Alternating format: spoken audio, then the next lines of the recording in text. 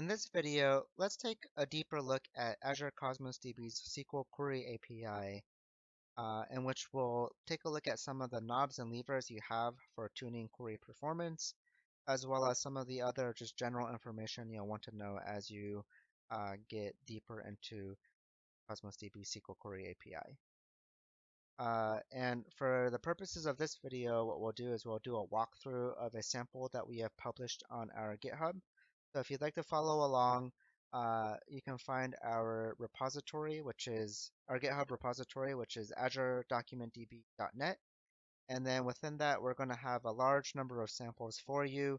And for this video specifically, you're going to want to go into the samples directory under code samples queries. Take a look at the program.cs file. So in the previous video, we went over some of the basic structures of a Azure Cosmos DB query. So now let's take a look at the programmability interface through the SDK on how you can actually issue those queries. And for this example, we're going to use the .NET SDK. However, the programmability model for our other SDKs, whether that's Java, Node.js, or Python, is very similar as well, with a few exceptions, for example, like LINQ, since this is a .NET concept.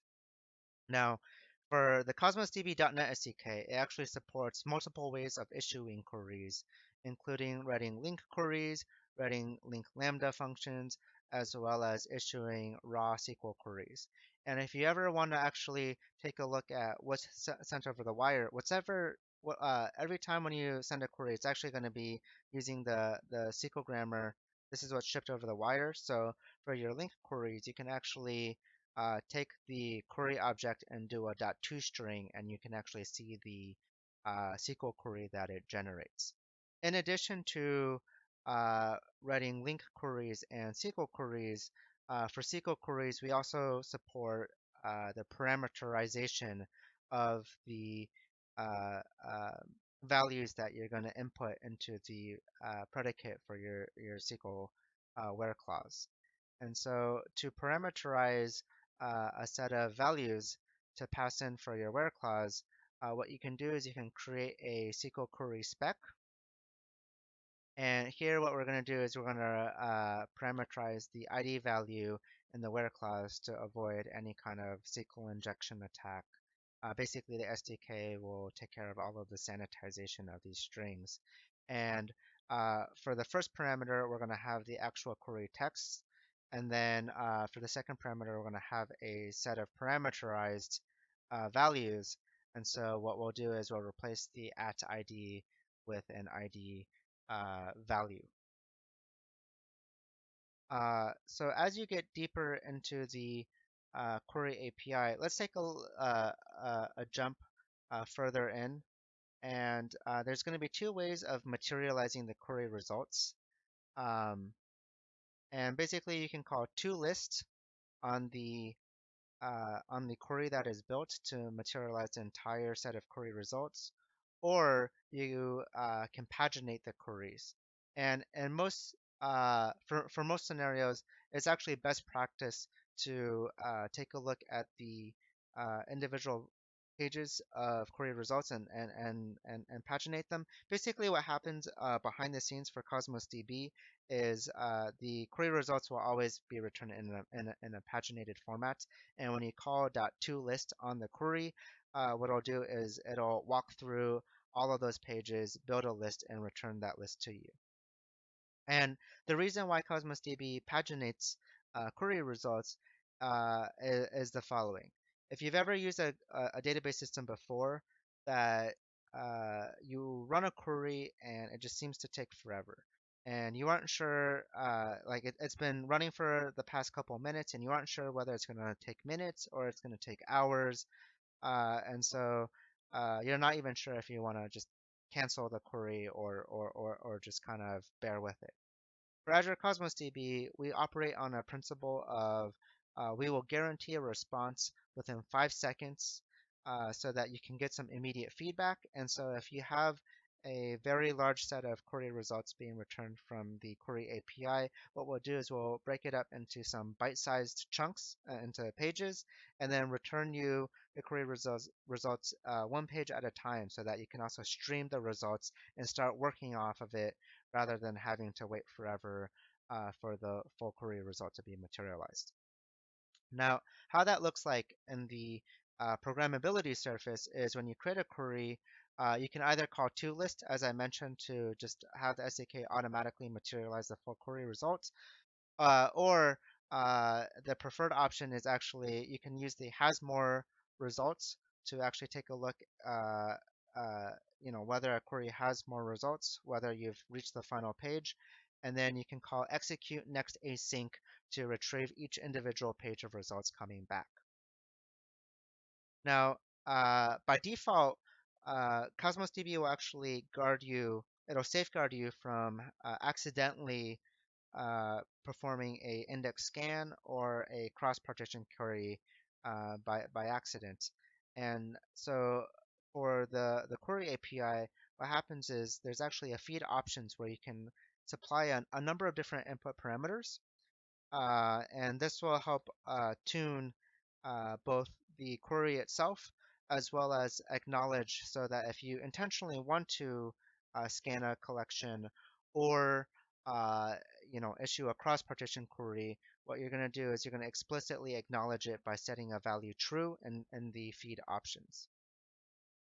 There's also a few other options for tuning, including the max item count. So as Cosmos DB paginates query results, you can actually define a max page size uh, so that you have some knobs and levers to tune, at what rate do you want these results to come back in for these pages.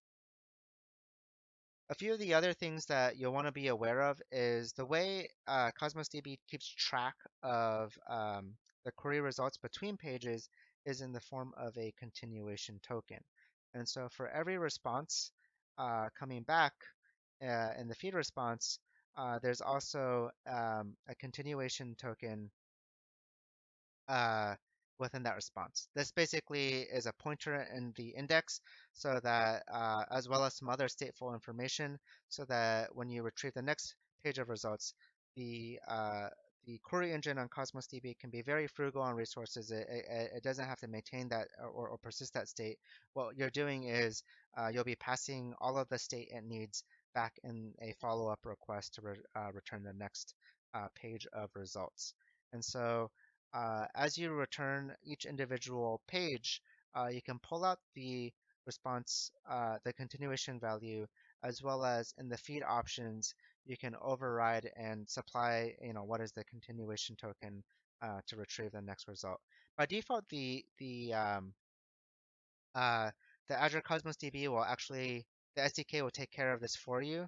So if you keep doing has more results and keep doing execute next, you don't actually have to deal with the continuation token. However, if you're, let's say you have a large number of stateless application instances, and what you're doing is you have a downstream consumer that is asking you for a page of results, and each time they issue a request, it gets routed to a different application instance.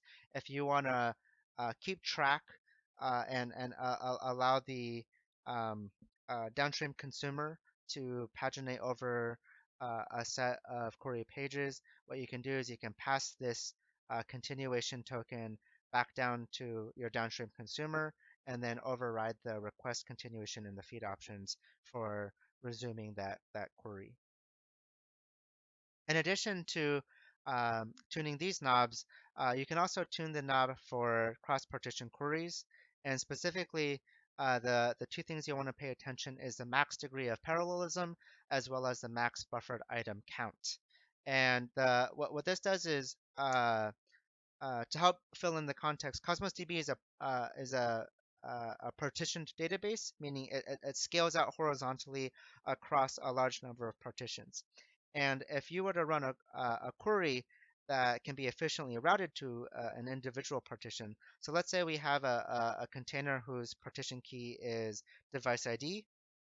Now, if I run a query that is something akin to select star um, from this container where device ID is 123, uh, Cosmos DB can actually efficiently just route that query to a single partition where device ID 123, that data has been persisted, and immediately return those results.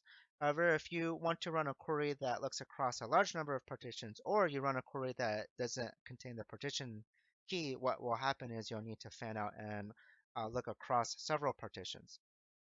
Now, by default, what will happen is the SDK will issue requests to various partitions sequentially.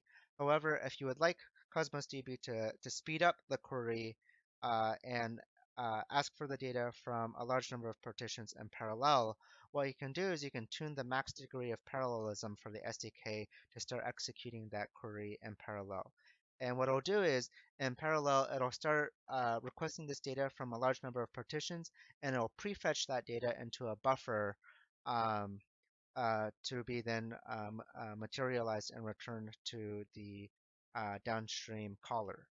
And where this buffer becomes very useful is for things like if you want to do a cross-partition order by. So imagine if I want to look across a large number of underlying partitions, and I want to actually order my query results. What happens is I might have, records 1, 2, 3 on the first partition, records 4, 5, 6 on the next partition, 8 on partition number 3, 9 on partition 1, 10 on partition 2. Basically, the records might be scattered, and when you look within a partition, that partition itself can tell you the order of results, or it can order the records within that partition when it returns it. However, when you look across partitions, basically what you're doing is you're doing something that looks very much like a merge sort. And if doing this merge sort requires doing follow-up network calls, what happens is this might return the time it takes to materialize that query. So by prefetching this, rather than having to do a network request as you uh, come across each record and having to do follow-up network requests, what you can do is you can actually do this and prefetch this ahead of time so that the query itself is very performant and you materialize the query results as fast as possible. So this concludes a rundown of the knobs and levers you have available for tuning Azure Cosmos DB queries. For more information, please do take a look at our documentation, as well as we have a lot of great samples in this GitHub sample. I highly encourage you to download it and run through it. Thank you.